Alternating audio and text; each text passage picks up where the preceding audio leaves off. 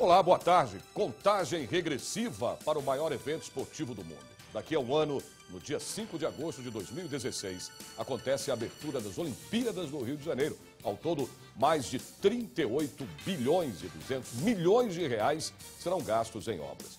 Você vai ver também no Jornal da Assembleia desta quarta-feira. A Assembleia aprova a alteração na Lei Orgânica da Procuradoria-Geral do Estado. O secretário da Cultura diz aos deputados que programas serão mantidos, apesar do corte orçamentário.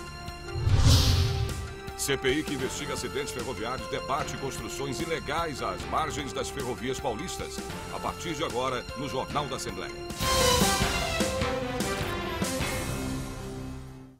Os deputados aprovaram ontem à noite o projeto de lei complementar que altera a Lei Orgânica da Procuradoria-Geral do Estado. Entre as alterações está que aumenta em 170 o número de procuradores do Estado.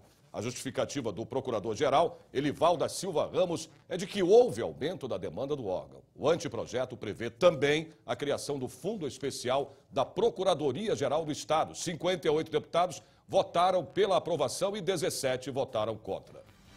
Hoje tem reunião da Comissão de Atividades Econômicas. Os deputados vão apreciar 9 itens e ouvir o secretário estadual de Turismo, Roberto Lucena.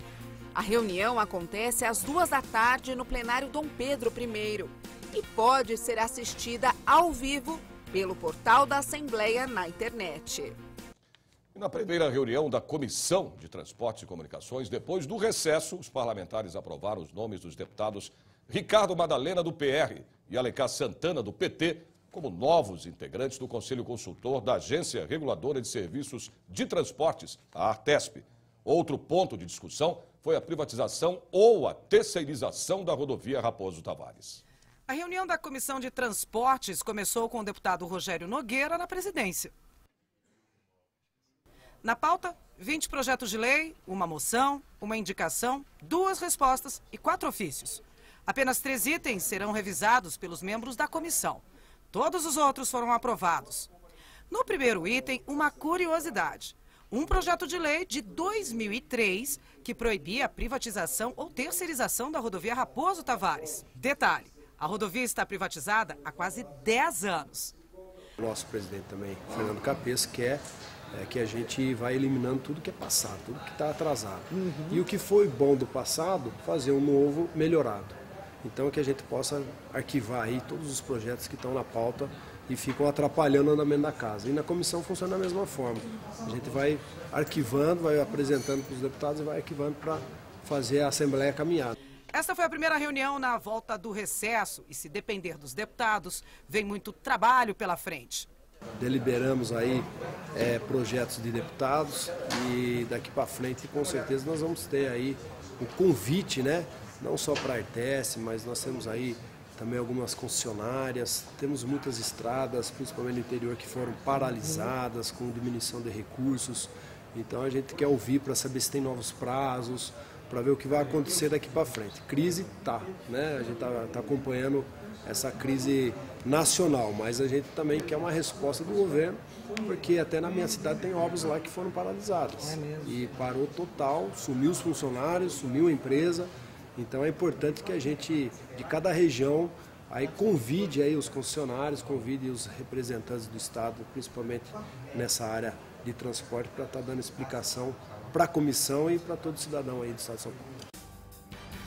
Os deputados da Comissão de Finanças, Orçamento e Planejamento se reúnem às 14h30 para apreciar pauta com 73 itens. O portal da Assembleia na internet transmite o evento ao vivo.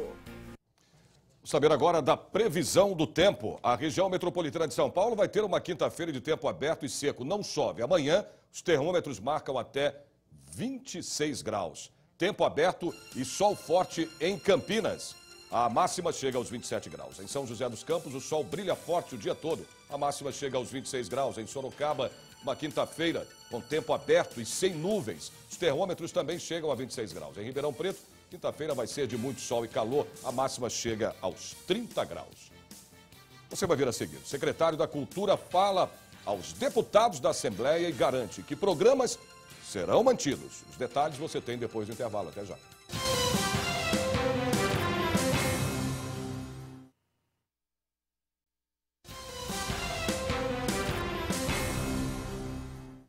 A reunião da Comissão de Ciência, Tecnologia e Informação acontece neste momento aqui na Assembleia Legislativa. Você vê agora aí imagens ao vivo. E os deputados estão reunidos no plenário Tiradentes do Palácio 9 de Julho. Eles ouvem o presidente da Universidade Virtual do Estado de São Paulo, a Univesp, Carlos Volt, que presta contas do andamento de sua gestão e faz uma avaliação das ações desenvolvidas. Carlos Volt já foi reitor da Unicamp e atualmente coordena o Laboratório de Estudos Avançados em Jornalismo da Universidade de Campinas. O evento está sendo transmitido ao vivo pelo portal da Assembleia na internet. A cobertura completa da reunião você vai acompanhar amanhã aqui no Jornal da Assembleia.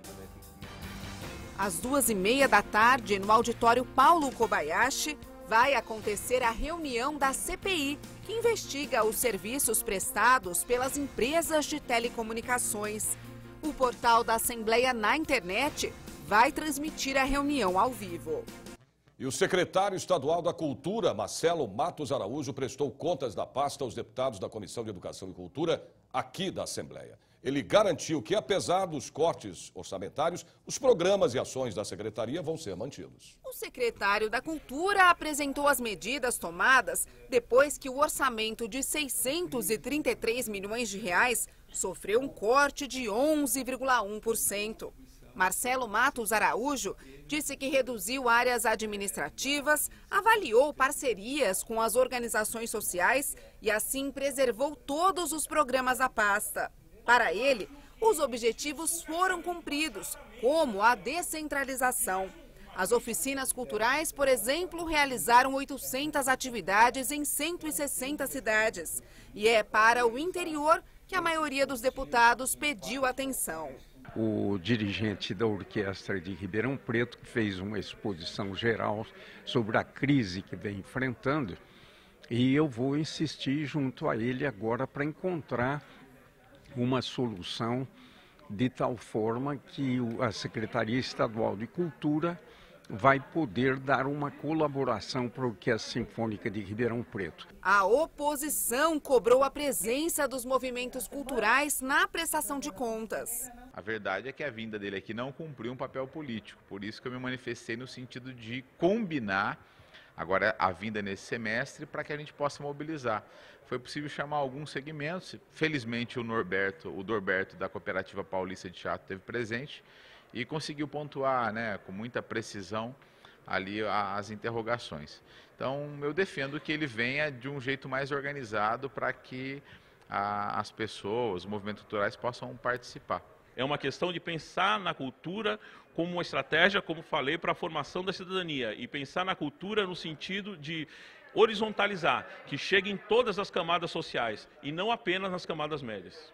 O secretário negou o fechamento de oficinas culturais. Que não houve interrupção de nenhuma das atividades, ou seja, todas as oficinas, os cursos, os workshops que eram oferecidos continuaram em atividade e estão sendo oferecidos em espaços cedidos pelas prefeituras das cidades, pelas organizações culturais, portanto não houve nenhum prejuízo para a população e não houve nenhuma interrupção do programa, o que houve foi uma reestruturação administrativa.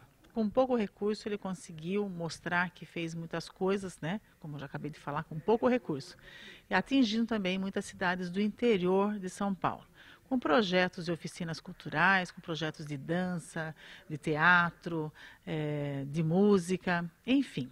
Ele tem consciência de que poderia ser melhor, mas para isso precisa de mais recursos. E a gente espera que com o ano que vem nós possamos melhorar isso, porque é fundamental a cultura no nosso país, é fundamental a cultura para os jovens, para as crianças, porque eu entendo que a cultura ela pode tirar muitas crianças da rua, do erro e ajudar o nosso Brasil a melhorar. Às 3 da tarde, os deputados da Comissão de Defesa dos Direitos da Pessoa Humana, da Cidadania, da Participação e das Questões Sociais se reúnem para apreciar pauta com 48 itens. O evento vai acontecer no plenário José Bonifácio e será transmitido ao vivo pelo portal da Assembleia na internet. Vamos a mais previsão do tempo para amanhã em outras cidades do interior e também do litoral do estado. Em Santos, vai ter uma quinta-feira com tempo parcialmente nublado, mas faz calor, não chove. A máxima chega aos 27 graus. Em São José do Rio Preto, o dia vai ser de muito sol e calor, máxima de 31 graus. Quinta-feira ensolarada em Mogi das Cruzes, não chove. Os termômetros marcam 25 graus. Em Piracicaba, o céu fica aberto, a máxima chega aos 28 graus. A seguir, CPI que investiga acidentes ferroviários, debate construções ilegais às margens das ferrovias paulistas. Voltamos já já.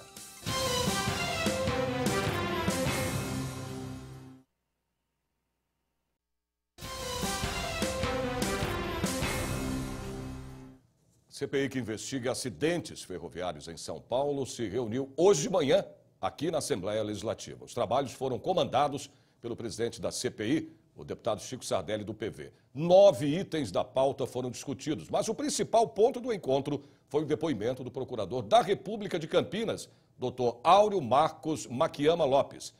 Ele falou sobre um problema que aumenta o risco de acidentes ferroviários no estado: a construção ilegal de moradias às margens das ferrovias, principalmente no interior do estado. A reportagem completa dessa reunião da CPI você vai acompanhar no Jornal da Assembleia de amanhã. Às 15h acontece o lançamento da Frente Parlamentar em defesa dos municípios do Vale do Paraíba e Litoral Norte. Vai ser no auditório Teotônio Vilela. Tudo pode ser acompanhado ao vivo pelo portal da Assembleia na internet. E você já ouviu falar em herpes zoster? É uma doença de pele muito mais comum que se imagina. Um estudo epidemiológico no Brasil revelou que 1 em cada 3 pessoas no país tem ou terá a doença. O projeto de lei aqui na Assembleia quer instituir uma campanha de conscientização sobre os riscos do zoster. Parecia uma alergia na pele, mas junto veio a dor intensa. Eu comecei a sentir uma dor muito forte na região do pescoço, uma dor muito forte. E depois de uns 2 dias apareceram algumas lesões na região do peito, bolinhas, só de um lado. Parecia uma alergia. Foi assim que Débora resolveu procurar um médico e então viu o diagnóstico: herpes zoster. Geralmente é fácil diagnosticar porque aparece só de um lado, tem bolhas, o paciente sente dor naquele lado, as bolhas elas seguem um caminho, então é fácil diagnosticar, mas em mim não foi tão fácil, engraçado. A infecção, que não é contagiosa, é causada pelo vírus varicela zoster, o mesmo da catapora. Bem diferente da herpes tipo 1, a mais comum, que aparece geralmente nas mucosas, como a boca. É uma doença que compromete tanto o nervo quanto a pele. É uma doença que o diagnóstico é clínico, ou seja, o próprio dermatologista, olhando as lesões, ele já consegue fazer o diagnóstico.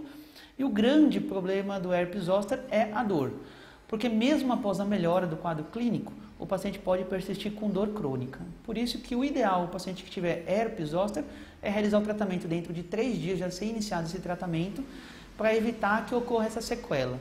Além dessa sequela, ocorrem as sequelas oculares, que pode ser irreversível, e também pode ocorrer também a paralisia facial. No Brasil, são registrados cerca de 10 mil casos por ano.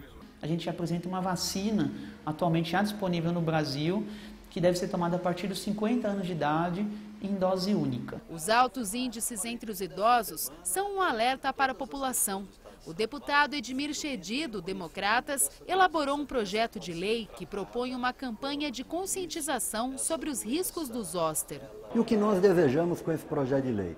Que o governo do estado possa fazer uma conscientização de 1 semana por ano, para que todos os municípios possam ter conhecimento, as pessoas, em rádio, televisão, internet, portal do governo, todos os meios de comunicação. Isso pode ajudar muito as pessoas na prevenção e na cura dessa doença. Conhecer a doença pode fazer toda a diferença, já que o diagnóstico precoce previne maiores danos à saúde. É uma doença comum, mas ainda pouco conhecida. Por isso a importância de divulgar um pouco mais sobre a doença, exatamente para você ter um pouco mais de consciência o que é, como que funciona, o que deve ser feito, o tratamento e se evitar principalmente as sequelas. Começa às 18h a comemoração pelo Dia Internacional da Mulher Negra e Caribenha. Vai ser no auditório Teotônio Vilela. Pelo portal da Assembleia na internet, você pode assistir ao evento ao vivo. Bom, essa é para as novas mamães que têm leite em excesso. A Secretaria de Saúde está pedindo a doação do seu leite para amamentar crianças que não tiveram a mesma sorte do seu filho. E a repórter Viviane Cesarino está lá no Hospital Geral de Pedreira, na Zona Sul de São Paulo, um dos hospitais que mais precisam da doação. Olá, Viviane, boa tarde. Nós estamos na Semana Mundial de Aleitamento Materno. Mais um incentivo para quem tem leite sobrando ajudar, né? Claro, quem não tem, certo? Oi, Sérgio, uma ótima tarde para você, uma ótima tarde para todo mundo. Sabe quem precisa muito desse leite materno? São os bebês que estão internados na UTI. Atualmente existem 12 bebês internados, quase todos prematuros. E sabe por que nesse momento eles não estão se alimentando exclusivamente do leite materno, como é o ideal? Simplesmente porque não tem, porque o estoque está muito baixo e é isso que a gente vai mostrar para vocês agora aqui no freezer, ó. A gente vai ver tudo isso daqui todas essas gavetas de baixo deveriam estar cheias como essa gaveta daqui está, e os números comprovam o tanto que esse estoque está baixo aqui no Hospital de Pedreira. No primeiro semestre de 2014, a média mensal eram 237 doadoras de leite materno e 27 litros de leite coletados. Nesse primeiro semestre de 2015, o número caiu para 164 doadoras e uma média de 13 litros de leite materno doados. Eu vou conversar agora com a Bruna, que é a responsável técnica aqui pelo Banco de Leite. O que acontece, por que as mães não estão doando e qual que é a importância dessa doação para os bebês que nesse momento estão na UTI? Boa tarde. Boa tarde. Boa tarde. Na verdade, é muito comum o período do inverno. Temos alguns períodos de baixa em todos os bancos de leite. Isso não é apenas uma realidade aqui do nosso hospital. Isso é uma realidade de toda a rede de banco de leites. Nesse período de inverno, é muito comum a baixa de estoque, períodos de feriados prolongados, grandes feriados, enfim.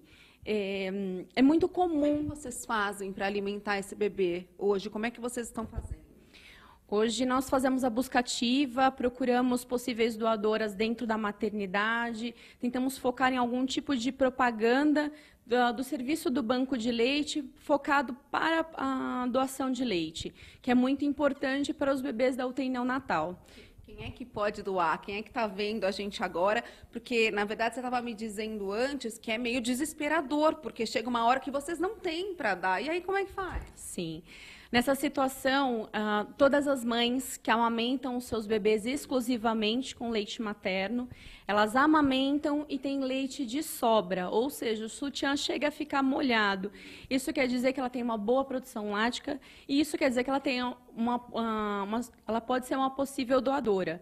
Aí eu peço para entrar em contato com algum banco de leite mais próximo da sua casa e pedir informações sobre a coleta de leite. Muito obrigada, então, pela entrevista. Lembrando que essa é a Semana Mundial da Amamentação e o foco dessa campanha é possibilitar que essas mães, facilitar, né, que essas mães possam doar esse leite no ambiente de trabalho, que empresários tenham essa consciência e todo mundo que trabalha com essas mães também tem. Então, vamos lá para o telefone do Banco de Leite aqui do Hospital de Pedreira, anota aí. O telefone é 5613-5900, 5613-5900 e o ramal 4937. Eles precisam muito da doação de leite materno. Muito sério isso, né, Sérgio? Com você.